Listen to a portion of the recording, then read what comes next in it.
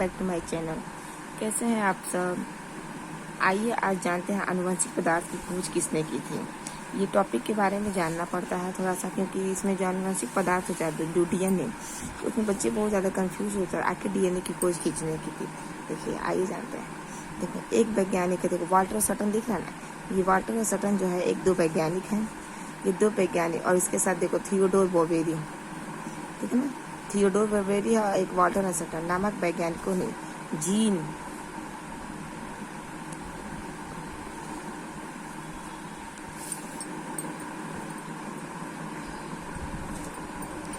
एवं गुणसूत्रों का जो सिद्धांत था उनके व्यवहार में जो समानता स्थापित करने में इन्होंने अपना महत्वपूर्ण जो है योगदान दिया था तथा इसको क्या किया था, प्रतिपादित किया था।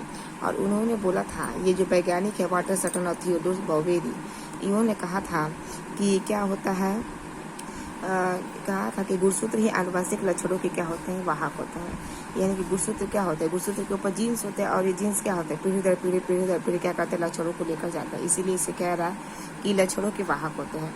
इसका तात्पर्य यह है कि गुणसूत्र ही जनक कोशिका में संतति कोशिका से क्या होते हैं, पहुँचते हैं, यानी कि मात्र पैरेंटल सेल से आपके डॉटर सेल्स के अंदर पहुँचते हैं। गुणसूत्र जो होता है वो न्यूक्लियो प्रोटीन से मिलकर बना होता है। किससे मिलकर बना होता है बच्चों? न्यूक्लियो प्रोटीन से मिलकर बना होता है, जिसमें अगर देखा जाएगा तो 40% क्या होता है हमारा न्यूक्लिक अम्ल होता है और 60% क्या होते हैं, प्रोटीन्स होते हैं। ये पाए जाते हैं किसके अंदर पाए जाते हैं? सब गुणसूत्र के अंदर। इसमें याद रखिएगा ये कह रहा है कि गुणसूत्र न्यूक्लियो प्रोटीन से मिलकर बना होता है, और न्यूक्लियो प्रोटीन में क्या क्या होता है, तो 40% न्यूक्लिक अम्ल होता है, न्यूक्लिक एसिड होता है, 60% क्या होता है, प्रोटीन्स होता है। इस आधार पर वैज्ञानिकों ने निष्कर्ष निकाला कि प्रोटीन्स या न्यूक्लिक अम्ल में से कोई एक पदार्थ आनुवंशिकी से संबंधित हो सकता है, या तो प्रोटीन हो सकता है या तो आपका आनुवंशिकी पदार्थ जो है डीएनए वो आपका इससे संबंधित हो सकता है। देखिए आगे कह रहा है कि प्रोटीन अणुओं की संरचनात्मक क्रियात्मक विविधता तथा एवं कोशिकाओं में ही प्रोटीन्स की प्रचुरता के आधार पर बहुत समय तक वैज्ञानिकों को प्रोटीन्स को ही आनुवंशिक पदार्थ मानते रहे।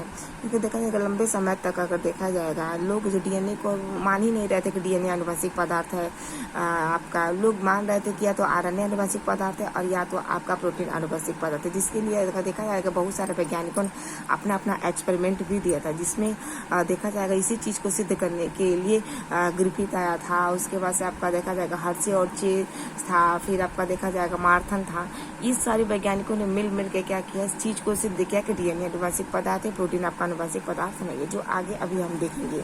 तो वही क्या आनुवंशिक पदार्थ मानते हैं, परंतु क्या हुआ कि प्रोटीन में स्वदुग्धन की क्षमता नहीं पाई जाती, यानी कि रेप्लिकेशन की क्षमता नहीं पाई जाती है।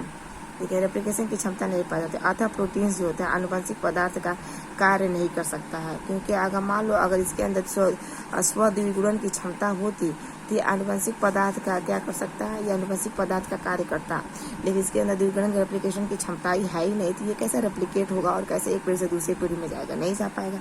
तो देखो वही कह रहा है कि बाद में ग्रिफिथ आया, अबेरी आया, मैक्लियोड आया, मैककार्टी आया तथा हर्शी व चीज ने प्रयोगों द्वारा सिद्ध किया कि आनुवंशिक पदार्थ हमारा न्यूक्लिक अम्ल न कि प्रोटीन्स है। ठीक है, तो बाद में ये सिद्ध हो गया कि न्यूक्लिक अम्ल ही है हमारा आनुवंशिक पदार्थ, न कि प्रोटीन्स है। तो यही यहाँ पे कह रहा है कि जो हमारा डीएनए है बच्चों, जो हमारा डीएनए है, देखो कह रहा है कि 40% क्या है ये न्यूक्लिक अम्ल और 60% जो है इसमें हम प्रोटीन्स माने जाते हैं। ठीक है, ये न्यूक्लिक अम्ल ही क्या हो रहा है, बेसिकली एक पीढ़ी से दूसरी पीढ़ी में आपका जा रहा है। आगे देखो कह रहा है कि डिस्कवरी ऑफ न्यूक्लिक एसिड की खोज किसने की थी। तो कह रहा है मेंडल ने वंशागति की इकाइयों को कारक कहा। कारक का मतलब फैक्टर, जिसे आज के डेट में हम जीन के नाम से जानते हैं, परंतु उन्हें इनकी रासायनिक प्रकृति की कोई जानकारी भी नहीं थी। कुछ समय बाद क्या हुआ कि स्वीडन के जैव रसायनज्ञ जो वैज्ञानिक थे जिसका नाम था फ्रेडरिक मीजर ने 1869 में पश कोशिकाओं के केंद्रक से एक ऐसे रासायनिक पदार्थ को पृथक किया। देखो किससे, ये फ्रेडरिक मीजर, इसका नाम याद रखिएगा। इन्होंने कहा से पृथक किया बच्चों, पश कोशिका, जो पश जिसमें भर जाते हैं ना, तो वो पश कोशिकाओं के केंद्रक से एक ऐसे रासायनिक पदार्थ को पृथक किया जिसमें फास्फोरस की मात्रा अधिक थी। ठीक है ना, एक ऐसा पदार्थ निकाला जिसके अंदर फास्फोरस की मात्रा अधिक थी तथा सल्फर बिल्कुल भी नहीं था, बिल्कुल भी नहीं था, क्योंकि प्रोटीन्स में सल्फर अवश्य हो सकता है तथा फास्फोरस नहीं हो सकता। अगर मान लो अगर प्रोटीन अगर आनुवंशिक पदार्थ होता तो उसके अंदर क्या होता, फास्फोरस पाया जाता, सल्फर नहीं पाया जाता। तो यहाँ पे कह रहे कि प्रोटीन्स पे सल्फर हो सकता है लेकिन फास्फोरस नहीं हो सकता। अगर प्रोटीन जेनेटिक मटेरियल होता तो इसके अंदर क्या होता बच्चों, हमारा इसके अंदर हमारा ये होता, क्या नाम है, फास्फोरस होता, लेकिन फास्फोरस नहीं है। तो यही कह रहा है कि अतः यह पदार्थ जो है आपका प्रोटीन नहीं हो सकता। फिर कह रहा है कि केंद्रक से प्राप्त होने के कारण फ्रेडरिक मीजर ने इस पदार्थ को न्यूक्लिन कहा, क्योंकि केंद्रक से निकाला, न्यूक्लियस से निकाला, तो इसलिए इसको नाम न्यूक्लिन नाम दिया। फिर कह रहा है कि आगे अम्लीय प्रकृति के आधार पर, मतलब वो कैसा था, बेसिक था, अम्लीय प्रकृति के आधार पर अल्टमान नामक वैज्ञानिक ने सन 1889 में न्यूक्लिन को न्यूक्लिक अम्ल कहा। क्या है कि इसके अंदर कुछ एसिड पाया जा रहा है, अब इसका हम नाम बदल देंगे, न्यूक्लिन से क्या कर दिया बच्चों, न्यूक्लिक अम्ल कर दिया। फिर कुछ समय पश्चात क्या हुआ, फिर कौशल आया। देखो कितने सारे लाइन बाय लाइन वैज्ञानिक आ रहे, सबने उसका डीएनए का नाम देखो कैसे चेंज कर रहे, लेकिन अभी भी किसी को कुछ क्लियर नहीं है। फिर देखो कौशल आया, फिर कह रहा है कि कौशल ने सन देखो कह रहा है कि कौशल ने सन 1893 में न्यूक्लिक अम्ल के रासायनिक घटकों का पता लगाया था, और इसके लिए कौशल को सन 1910 में नोबेल पुरस्कार भी मिला था।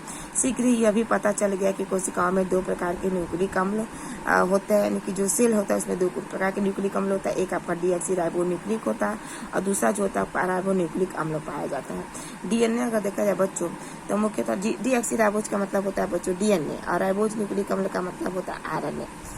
आगे कह रहा है कि डीएनए मुख्यतः केंद्रक के पास पाया जाता है। डीएनए कहाँ पाया जाता है बच्चों, केंद्रक के पास पाया जाता है, तथा आरएनए की मात्रा केंद्रक में कम होती है तथा कोशिका द्रव्य में अधिक पाया जाता है। क्योंकि हम जानते हैं बच्चों जो हमारा सेल होता है, इस सेल के अंदर क्या होता है, हमारा केंद्रक होता है, तो यहाँ से तो हमारा डीएनए से तो आरएनए बन जाता है, लेकिन कम होता है, क्योंकि डीएनए ट्रांसफर कर देता है कहाँ पे, साइटोप्लाज्म के अंदर। साइटोप्लाज्म के अंदर किसको ट्रांसफर कर देता है, आरएनए को ट्रांसफर करता है, वो भी आरएनए में से किसको, आपको एमआरएनए को ट्रांसफर कर देता है। ठीक है, तो भाई कह रहा है कि डीएनए मुख्यतः केंद्रक में पाया जाता है और आरएनए की मात्रा केंद्रक में कम तथा कोशिका द्रव्य में अधिक पाई जाती है। अगला कह रहा है कि कुछ विषाणुओं में अगर देखा जाएगा जो वायरस होता है उसमें आरएनए देखा जाएगा, विषाणु में आरएनए होगा, क्योंकि उनका जेनेटिक मटेरियल जो होता है ना बच्चों आरएनए होता है, और हम लोग के अंदर हमारा जेनेटिक मटेरियल क्या होता है, डीएनए होता है। तो कह रहा है कि आरएनए, परंतु अन्य सभी में क्या होता है, जीवों में जो डीएनए होता है वो आनुवंशिक पदार्थ होता है। निम्नलिखित प्रयोगों द्वारा सिद्ध होता है कि डीएनए क्या होता है, हमारा आनुवंशिक पदार्थ होता है। इसके द्वारा सिद्ध होता है, यही वैज्ञानिक को कौन कौन से वैज्ञानिक है ध्यान में देखना है, ग्रिफिथ था, अवेरी था, और तुम्हारा मैक्लियोर था, मैककार्टी था, और हर्शे और चेज, इन सारे वैज्ञानिकों ने मिलकर सिद्ध कर दिया कि डीएनए ही क्या है, हमारा आनुवंशिक पदार्थ है। लेकिन आनुवंशिक पदार्थ क्या होता है, न्यूक्लिक अम्ल ही होता है। आनुवंशिक पदार्थ न्यूक्लिक अम्ल ही है, यानी कि आनुवंशिक पदार्थ न्यूक्लिक अम्ल क्या है बच्चों, हमारा डीएनए ही है,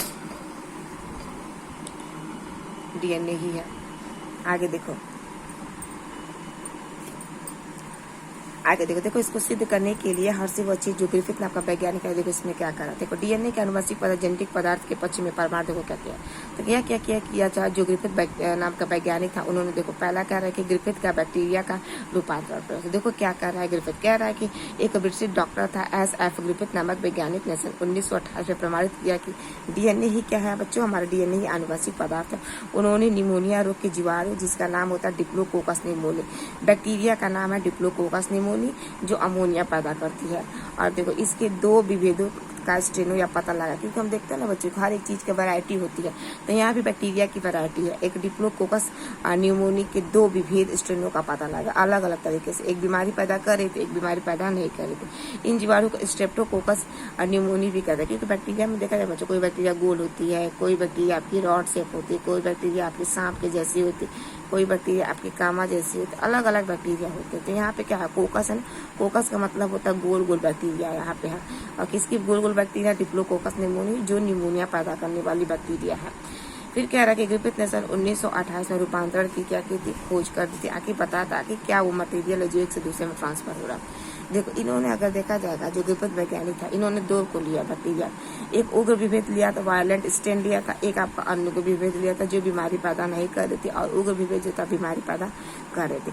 इसमें क्या किया कि इस स्ट्रेन के जीवाणुओं में जीवाणु जो होते चूहे में निमोनिया रोग उत्पन्न करते हैं। इनकी कोशिकाएं तथा पॉलीसैकेराइड्स का खोल होता है, अतः इनकी कोशिकाएं चिकनी और चमकीली होती है, अतः इन्हें एस द्वारा प्रदर्शित करते हैं।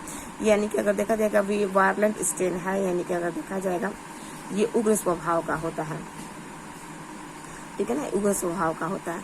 इसमें कह रहा है कि ये जो एस टाइप का बैक्टीरिया, एस का मतलब ही होता है इसमें, क्योंकि जो बैक्टीरिया ना बच्चों इस बैक्टीरिया के ऊपर क्या होता है, एक चारों तरफ फूल पाई जा रही है जो बीमारी का काज करेगी। लेकिन वहीं पर अगर देखा जाए आर टाइप के बैक्टीरिया कहलाता, कह रहा है कि इस स्टेन के जीवाणु में निमोनिया रोग उत्पन्न नहीं होता। इस कोशिकाओं के चारों तरफ प्रोटीन का खोल नहीं होता है, अतः ये कोशिका अनियमित आकार के दिखाई देते। और इसमें क्या होता है बच्चे, इसमें देखा जा रहा है कि इन कोशिकाओं पर पॉलीसैकेराइड्स का खोल होता है। पॉलीसैकेराइड्स आपका प्रोटीन क्या ही भाग है, ठीक है ना, जो बीमारी पैदा करता है। अतः इसकी कोशिकाएं चिकनी होती है, सपाट होती हैं और चमकीली होती है। लेकिन इसमें ऐसा कुछ नहीं है, क्योंकि इसमें प्रोटीन का खोल है ही नहीं है।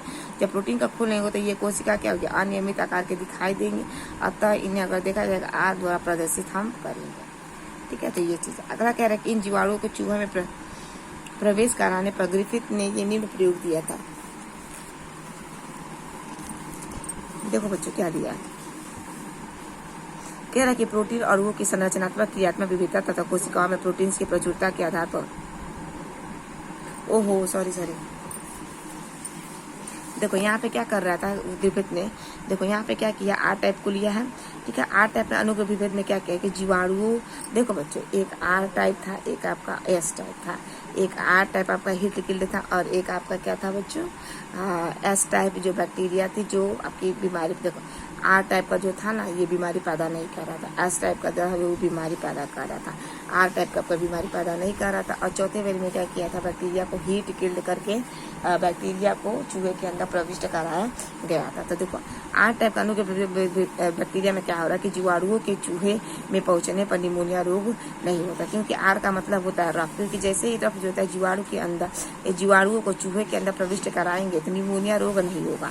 लेकिन यस में क्या होता है, रोग पैदा होगा, जीवाणु का रोग जो है तो पैदा होगा चूहे के अंदर। तो वही क्या, जीवाणुओं में चूहे में प्रवेश कराने पर निमोनिया के कारण चूहे क्या होते हैं बच्चों, मर जाते हैं। मर इसलिए जाते हैं क्योंकि इस एस के चारों तरफ क्या बच्चों, जो एस बैक्टीरिया ना इसके चारों तरफ एक पॉलीसैकेराइड्स का खोल है जो बीमारी पैदा करती है। और यही इंजेक्शन में क्या किया था, हमें एस टाइप के बैक्टीरिया को सिरिंज में दिया था, लेने वो चूहे के अंदर डाल दिया था, जिसके कारण क्या होता है चूहे की मृत्यु हो गई। अब देखो क्या कर, अब देखो फिर हम एस टाइप को ले रहे हैं। अब एस टाइप को क्या करेंगे बच्चों, जो बीमारी पैदा करे, अब इसको हीट किल्ड कर देंगे। हीट किल्ड का मतलब इसको बहुत ज़्यादा टेम्परेचर देंगे। कितना देंगे बच्चों, 60 डिग्री टेम्परेचर देंगे, ताकि ये इसके अंदर जो बैक्टीरिया है, इसका जो पॉलीसैकेराइड्स है वो खत्म हो जाए। ये अधिक ताप पर गर्म करके ये जीवाणु मर जाते हैं तथा ये चूहे की संक्रमित नहीं करेगा। जब मर जाएगा बच्चों, हीट किल्ड हो जाएगा, तो कहाँ ये बीमारी काज करेगा, नहीं बीमारी काज करेगा। फिर देखो क्या एस टाइप में क्या करे, जीवाणुओं के सार को आर सेकेंड अनुग्रह विभेद जीवाणुओं के साथ मिलाकर चूहे, यानी कि आपका देखा जाएगा बच्चों एस टाइप हीट किल्ड, यहाँ पे देखो एस टाइप हीट किल्ड और आपका क्या था आर टाइप बैक्टीरिया, इन दोनों बैक्टीरिया को आपस में मिलाकर, देखो इन दोनों बैक्टीरिया को आपस में मिलाकर प्रवेश कराने पर निमोनिया रोग के कारण चूहे की मौत हो गई।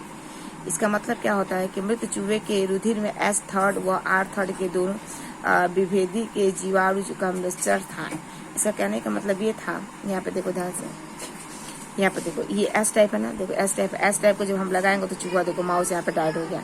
यहाँ पे आर टाइप का मतलब क्या है, रफ टाइप, जो बीमारी पैदा नहीं करेगी। जब इसको बैक्टीरिया को चूहे में भर के, इंजेक्शन में भर के चूहे को लगाए थे तो चूहा हमारा क्या था, लाइव था। तीसरे वाले में क्या किए थे बच्चों, इसी को एस टाइप बैक्टीरिया को हीट किल्ड किए हैं और आर टाइप दोनों को मिलाकर अगर हम चूहे के अंदर डालेंगे तो चूहा क्या हो जाएगा, हमारा बच जाएगा। चूहा क्या हो जाएगा, आपका बच जाएगा। यहाँ पे देखो heat kill S type bacteria और आर टाइप बैक्टीरिया को जब हम मिला के लगाएंगे,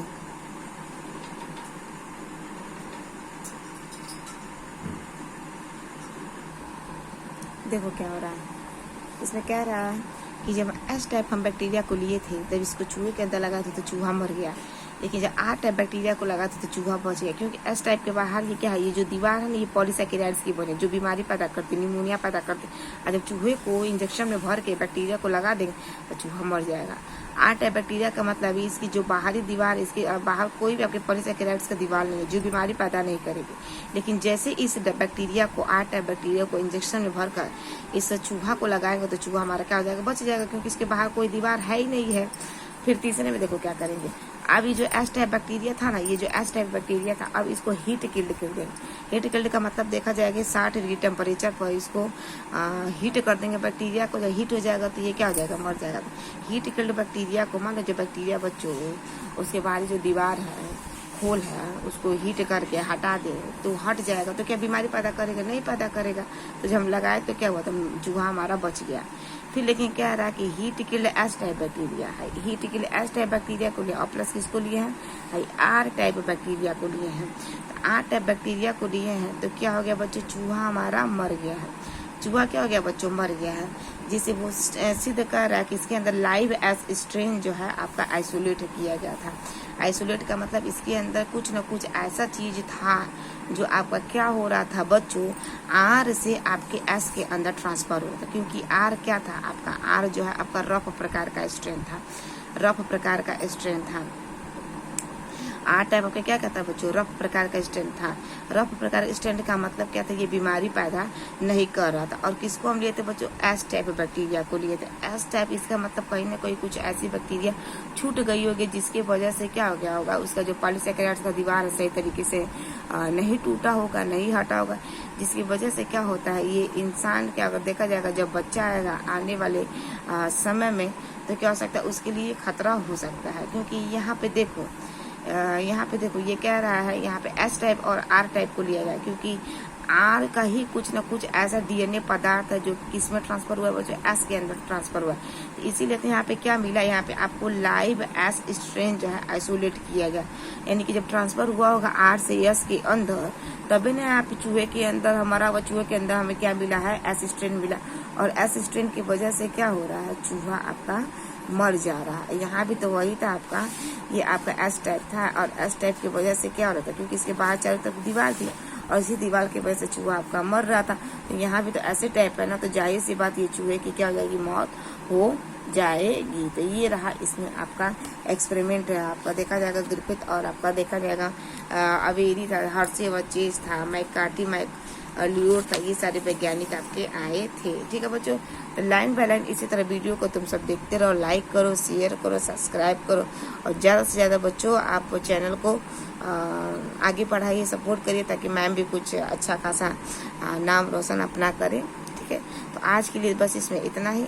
आप वीडियो जरूर देखिएगा और इसको शेयर करिए ताकि वो वीडियो अन्य बच्चों तक पहुँचे जो इसके हकदार हैं। तो इसमें हम क्या करेंगे बच्चों, लाइन बाय लाइन आपका कवर कर देंगे, 2 से 3 दिन में आपका कवर हो जाएगा डीएनए वाला। पर उसके बाद से अगर देखा जाएगा तो क्या नाम है, आगे का जो आपका लेक्चर होगा हम उसको लेंगे। तब तक के लिए इसमें इतना है। धन्यवाद, थैंक यू सो मच बच्चों, बाय बाय।